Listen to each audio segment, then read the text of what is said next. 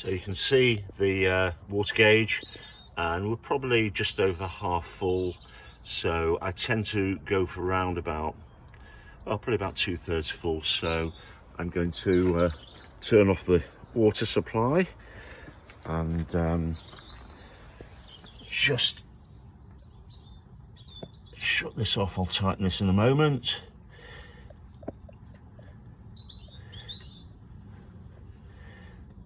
Just disconnect that.